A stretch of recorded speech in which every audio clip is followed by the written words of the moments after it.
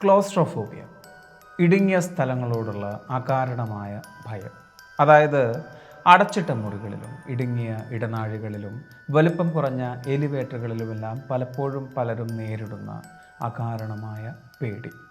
പലപ്പോഴും ചില നിമിഷങ്ങൾ കൊണ്ട് തന്നെ അവർ ബോധരഹിതരാകാറുണ്ട്. അതിന് കാരണം അതിയായ സമ്മർദ്ദമാണ്. എന്നാൽ ഏതാണ്ടൊരു 83 മണിക്കൂർ അങ്ങനൊന്ന് അനുഭവിക്കേണ്ടി വന്നാലോ? അങ്ങനെ അനുഭവിക്കേണ്ടി വന്ന ഒരു പെൺകുട്ടിയെക്കുറിച്ച് പറയാനുണ്ട് ഒരു കഥ. അന്നവൾക്ക് വെറും 20 വയസ്സ് മാത്രമേ പ്രായമുണ്ടായിരുന്നുള്ളൂ. 2 കുറ്റവാളികളാൽ തട്ടിക്കൊണ്ടുപോകപ്പെട്ട ആ പെൺകുട്ടി ഏതാണ്ട് 1 മീറ്ററോളം ഭൂമിക്കടിയിൽ ഇടുങ്ങിയ ഒരു ഫൈബർ പെട്ടിയിൽ കമഴ്ന്ന് കിടന്നത് 3 ദിവസത്തിൽ കൂടുതലാണ്. സിനിമകളെ പോലും വെല്ലുന്ന ഈ ഒരു സംഭവം നടക്കുന്നത് 1968-ലാണ്. ക്ലോസ്ട്രോഫോബിയ ഉള്ളവരെ ഈ ഒരു വീഡിയോ കാണാൻ ഞാൻ പ്രേരിപ്പിക്കുന്നില്ല, എങ്കിലും ഞാൻ ക്ഷണിക്കുന്നു, കയറിപ്പോരും ചങ്ങായിമാരെ, ബേപ്പൂർ സുൽത്താൻ്റെ ദുനിയാവിലേക്ക്.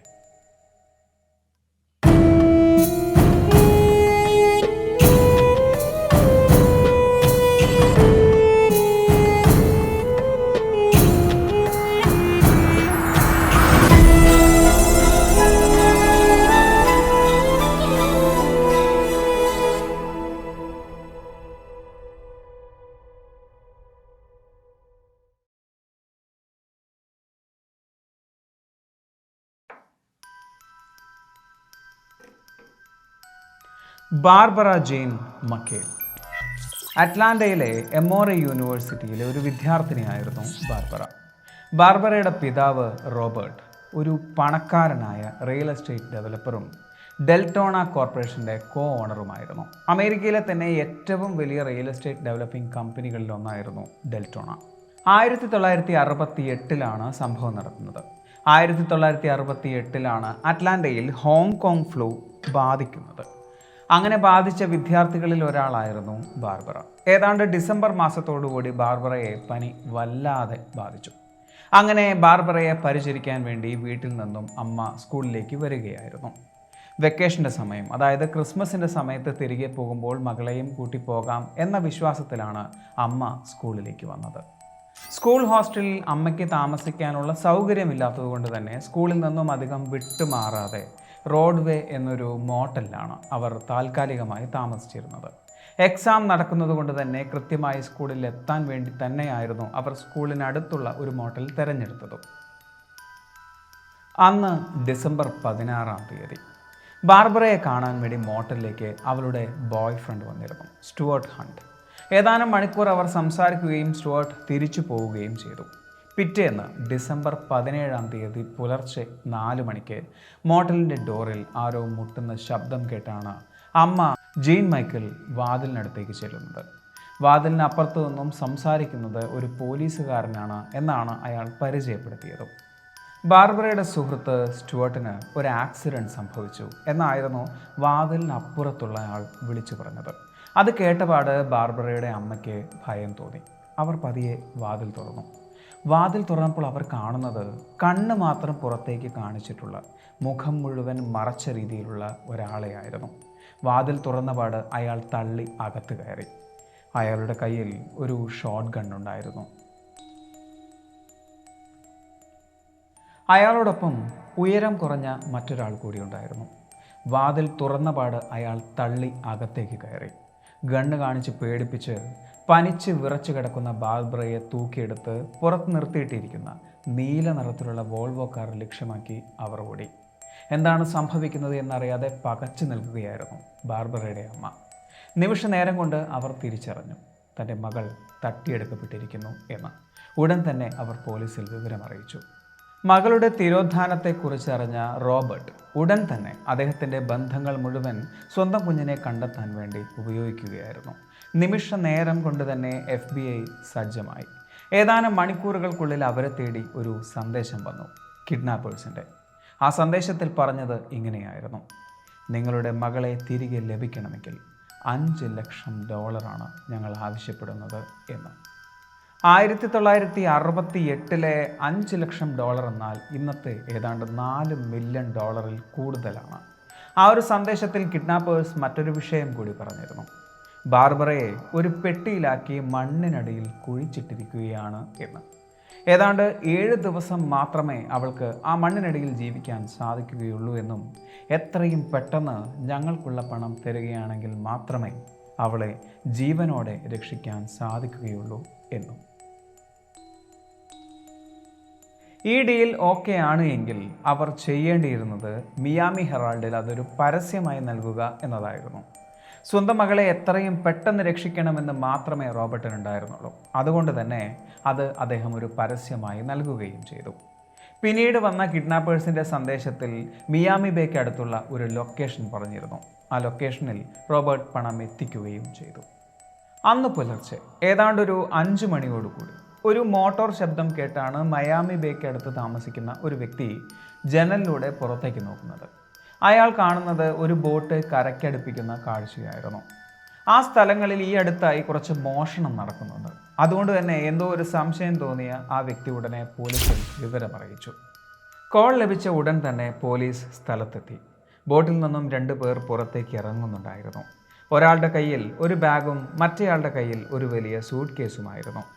പോലീസിനെ കണ്ടപാട് അവർ 2 പേരും ബാഗും സൂട്ട് കേസും താഴെയിട്ട് ഓടി രക്ഷപ്പെട്ടു. ബാഗ് തുറന്ന പോലീസ് കണ്ടത് സ്കൂബ ഡൈവിങ്ങിനായി ഉപയോഗിക്കുന്ന ചില ഉപകരണങ്ങളും സൂട്ട് കേസിൽ നിറയെ പണവുമായിരുന്നു. അതിൽ സംശയം തോന്നിയ പോലീസ് ആ പരിസരം മുഴുവൻ അരിച്ചുപെറുക്കി. അതുകൊണ്ട് തന്നെ ആ ഭാഗത്തു നിന്നും നീല നിറത്തിലുള്ള ഒരു വോൾവോ കാർ അവർ കണ്ടെത്തി. ആ കാറിനുള്ളിൽ ചില ഡോക്യുമെൻറ്റുകളും കിഡ്നാപ്ഡ് എന്ന് എഴുതിയിട്ടുണ്ടായിരുന്ന ബാർബറയുടെ ഒരു ഫോട്ടോയും അവർ കണ്ടെത്തി. അതിലൂടെ അവർ ഉറപ്പിച്ചു ഈ കാറിലാണ് ബാർബറയെ തട്ടിക്കൊണ്ടുവന്നത് എന്നും ഈ കാർ ബാർബറയുടെ കിഡ്നാപ്പേഴ്സിൻ്റെ കാറാണ് എന്നും അതിൽ നിന്നും കിഡ്നാപ്പേഴ്സിലേക്ക് എത്താനുള്ള ചില തെളിവുകളും അവർ കണ്ടെത്തിയിരുന്നു. എന്നാൽ പോലീസിൻ്റെ ഈ ഒരു പ്രവൃത്തി ഒരു വലിയ മണ്ടത്തരമായാണ് റോബർട്ട് കണ്ടത്. കാരണം ഈ ഒരു പ്രവൃത്തിയിലൂടെ തൻ്റെ കുഞ്ഞിനെ രക്ഷിക്കാൻ സാധിക്കില്ല എന്നായിരുന്നു അദ്ദേഹം വിശ്വസിച്ചിരുന്നത്. പക്ഷേ ഈ ഒരു പ്രവൃത്തിയിൽ തങ്ങൾക്ക് പ്രത്യേകിച്ച് പങ്കൊന്നുമില്ല എന്ന് അവരെ എങ്ങനെ അറിയിക്കും? അതിനും അദ്ദേഹത്തിന് ചെറിയൊരു ബുദ്ധി ഉണ്ടായിരുന്നു. പോലീസിൻ്റെ ഈ പ്രവൃത്തിയിൽ തങ്ങൾക്ക് യാതൊരുവിധ പങ്കുമില്ല എന്ന് അദ്ദേഹം മയാമി ഹെറാൾഡിൽ ഒരു പരസ്യം നൽകി. ആ ബുദ്ധി പ്രവർത്തിച്ചു എന്ന് തന്നെ വേണമെങ്കിൽ പറയാം.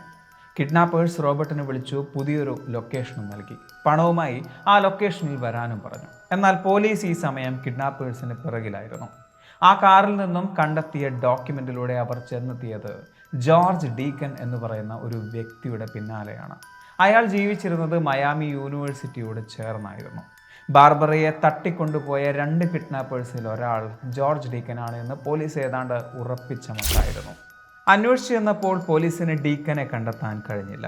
ഡീക്കൻ്റെ ബോസിനോട് സംസാരിച്ചപ്പോൾ റൂത്ത് ഏസ്മാൻ എന്നൊരാൾ പലപ്പോഴും ഡീക്കനോടൊപ്പം കാണാറുണ്ട് എന്ന് അറിയാൻ സാധിച്ചു. പോലീസ് ഉറപ്പിച്ചു ഇവർ 2 പേരുമാണ് ബാർബറയെ മോട്ടലിൽ നിന്നും തട്ടിക്കൊണ്ടുപോയ കിഡ്നാപ്പേഴ്സ് എന്ന്. പലരോടും അന്വേഷിച്ചപ്പോൾ മനസ്സിലായ ഒരു കാര്യം ഡീക്കൻ ഒരു സാധാരണക്കാരനായ പെട്ടി നിർമ്മാണ തൊഴിലാളിയാണ് എന്നും അയാൾ ഒരു പാവം മനുഷ്യനാണ് എന്നുമാണ്. അടുത്ത കാലത്ത് ജോർജിയയിലെ ഒരാളുടെ കയ്യിൽ നിന്നും അയാൾ ഒരു ട്രെയിലർ വാങ്ങിയിരുന്നു എന്ന് കേട്ട പോലീസ് അയാളെ ചെന്ന് കണ്ട് ഡീക്കൻ നൽകിയ ഡോക്യുമെൻറ്റ്സ് പരിശോധിച്ചു. ആ അന്വേഷണത്തിലൂടെ പോലീസിന് മനസ്സിലായി ജോർജ് ഡീക്കൻ എന്ന പേര് ഒരു അപരനാമം മാത്രമാണ് എന്നും അയാളുടെ യഥാർത്ഥ പേര് ഗാരി സ്റ്റീഫൻ ക്രിസ്റ്റ് എന്നാണ് എന്നും.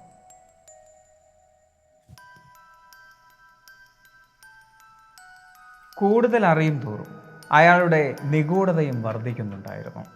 ഗാരി ക്രിസ്റ്റ് 1966 കാലിഫോർണിയ ജയിലിൽ നിന്നും ചാടിയ ഒരു കുറ്റവാളിയായിരുന്നു. 14-ാമത്തെ വയസ്സ് മുതൽ പലപ്പോഴും അയാൾ ജയിലിൽ തന്നെയായിരുന്നു. ബോട്ട് മോഷ്ടിച്ചതിൻ്റെ പേരിലും കാറ് മോഷ്ടിച്ചതിൻ്റെ പേരിലും പല തവണ അയാൾ ജയിലിലായിട്ടുണ്ട്. യൂറ്റയിൽ 1 വർഷത്തോളം ജുവനൈൽ ഹോമിൽ കഴിഞ്ഞായിരുന്നു അയാൾ തൻ്റെ ബാല്യം അവസാനിപ്പിച്ചത്. 1961 ഒരു കേസിൽ ശിക്ഷിക്കപ്പെട്ട് ജയിലിൽ കിടക്കവെയാണ് ഗാരി ആദ്യമായി ജയിൽ ചാടുന്നത്. അടുത്ത ദിവസങ്ങളിൽ തന്നെ പിടിക്കപ്പെടുകയും വീണ്ടും ജയിലിൽ അടയ്ക്കപ്പെടുകയും ചെയ്തു. കൃത്യം 1 വർഷത്തിനുള്ളിൽ അയാൾ വീണ്ടും ജയിൽ ചാടി. 1963 തൻ്റെ 18-ാമത്തെ വയസ്സിൽ വീണ്ടും അറസ്റ്റ് ചെയ്യപ്പെട്ടു. 1964 ജയിൽ മോചിതനാവുകയും ചെയ്തു. 1966 തൻ്റെ 21-ാമത്തെ വയസ്സിലാണ് അയാൾ വിവാഹം കഴിക്കുന്നത്. അതിൽ അയാൾക്കൊരു കുഞ്ഞുമുണ്ടായിരുന്നു. ശേഷം ഒരു കാർ മോഷണ കേസിൽ അറസ്റ്റിലാവുകയും ചെയ്തു. ആ സമയത്താണ് ഭാര്യ രണ്ടാമത് പ്രസവിക്കുന്നത്. അതുകൊണ്ട് തന്നെ അയാൾ വീണ്ടും ജയിലിൽ നിന്നും ജയിൽ ചാടുകയും ചെയ്തു. പിന്നീട് ഒരു വലിയ ആൾമാറാട്ടമായിരുന്നു സംഭവിച്ചത്. 2 വർഷത്തോളം പഠിച്ച പണി 18 നോക്കിയിട്ടും പോലീസുകാർക്ക് അയാളെക്കുറിച്ച് യാതൊന്നും കണ്ടെത്താൻ കഴിഞ്ഞില്ല. ആ കാലത്താണ് ഗാരി റൂത്ത് ഐസ്മാൻ എന്ന വ്യക്തിയെ പരിചയപ്പെടുന്നത്. അതൊരു സാധാരണ പരിചയമായിരുന്നില്ല എന്നും അവർ തമ്മിൽ പ്രണയമായിരുന്നു എന്നും ചില റിപ്പോർട്ടുകൾ പറയുന്നുണ്ട്. ആ ബന്ധത്തിൽ ഭാര്യയ്ക്ക് തീരെ താല്പര്യമുണ്ടായിരുന്നില്ല. അതുകൊണ്ട് തന്നെ അവർ കുഞ്ഞുങ്ങളുമായി മാറി താമസിച്ചു എന്നും റിപ്പോർട്ടുകൾ പറയുന്നു. അതിൽ ഗാരിക്ക് ചില മാനസിക പ്രശ്നങ്ങളുണ്ടായിരുന്നു. അതുകൊണ്ട് തന്നെ ഭാര്യയെയും മക്കളെയും കൂട്ടി യൂറോപ്പിലേക്ക് താമസം മാറാമെന്ന് അവർക്ക് വാക്ക് നൽകുകയും ചെയ്തു. പക്ഷെ അതിന് ഒരൽപ്പം പണം ആവശ്യമുണ്ടായിരുന്നു. ആ പണത്തിന് വേണ്ടി അവർക്കൊരു പ്ലാൻ ഉണ്ടായിരുന്നു. ആ പ്ലാനാണ് പണക്കാരിയായ ഒരു സ്ത്രീയെ തട്ടിക്കൊണ്ടുപോരുക എന്നത്. ഈ തട്ടിക്കൊണ്ടുപോവലിൽ ഗാരിയോടൊപ്പം അയാളുടെ ഭാര്യയും ഉണ്ടായിരുന്നു. യൂണിവേഴ്സിറ്റി ലൈബ്രറിയോട് ചേർന്ന് അവർ കണ്ടിട്ടുള്ള സ്ത്രീകളുടെ ഒരു ലിസ്റ്റ് എടുക്കുക എന്നതായിരുന്നു അവരുടെ ആദ്യത്തെ ജോലി. അങ്ങനെ അവർ 100 സ്ത്രീകളുടെ പേരെഴുതിയെടുത്തതായാണ് പറയുന്നത്. അതിൽ നിന്നും ഏതാണ്ട് $5 ലക്ഷം കിട്ടാൻ സാധിക്കുന്ന 10 സ്ത്രീകളെ അവർ തിരഞ്ഞെടുത്തു. അങ്ങനെ തിരഞ്ഞ് അവസാനം ഷോർട്ട് ലിസ്റ്റ് ചെയ്ത് എത്തിയ പേരാണ് ബാർബറ. ബാർബറയെ തട്ടിയെടുക്കുന്നതിന് മുമ്പ് കൃത്യമായ സ്റ്റഡി നടന്നതായും പറയപ്പെടുന്നുണ്ട്. ബാർബറയുടെ പിതാവ് റോബർട്ട് രണ്ടാമതായി പണം നൽകി ഏതാനും നിമിഷങ്ങൾക്കുള്ളിൽ തന്നെ ഗാരി പോലീസിനെ വിളിച്ച് ബാർബറയെ കുഴിച്ചിട്ട സ്ഥലം പറഞ്ഞിരുന്നു. അറ്റ്ലാന്റയുടെ വടക്ക് കിഴക്കൻ ഭാഗത്തുള്ള 20 മൈൽ വിസ്തീർണമുള്ള ഒരു വലിയ കാടിനുള്ളിൽ എവിടെയോ ആണ് ബാർബറയെ കുഴിച്ചിട്ടിരിക്കുന്നത് എന്ന സത്യം. ആ ഒരു അന്വേഷണത്തിൽ ഏതാണ്ട് 100-ൽ കൂടുതൽ പോലീസുകാരാണ് പങ്കെടുത്തത്. വെറും കൈകൊണ്ട് പോലും അവർ കുഴിച്ചു നോക്കിയതായി റിപ്പോർട്ടുകൾ പറയുന്നുണ്ട്. അധിക സമയമൊന്നും ആ അന്വേഷണത്തിനെടുത്തില്ല. കൃത്യം 12ാമത്തെ മിനിറ്റിൽ ബാർബറയെ കുഴിച്ചിട്ട സ്ഥലം പോലീസ് കണ്ടെത്തി. ദിവസങ്ങളായി വെള്ളം കുടിക്കാതെ തളർന്ന അവസ്ഥയിലായിരുന്നു അവൾ. കാണാതാവുമ്പോൾ ഉണ്ടായതിനേക്കാൾ 10 പൗണ്ടോളം ഭാരം കുറഞ്ഞതായും പറയുന്നു. പരിശോധനയിൽ മനസ്സിലായത് ഏതാണ്ട് 83 മണിക്കൂറോളം, അതായത് 4 ദിവസത്തോളം ആ ഇടുങ്ങിയ പെട്ടിയിൽ മണ്ണിനടിയിലായി അവൾ ജീവൻ കയ്യിൽ പിടിച്ച് കിടന്നു എന്നാണ്. മോട്ടിൽ നിന്നും തട്ടിക്കൊണ്ടുപോയത് നേരെ കുഴിച്ചിട്ട സ്ഥലത്തേക്കായിരുന്നു എന്ന് ബാർബറ പറയുന്നു.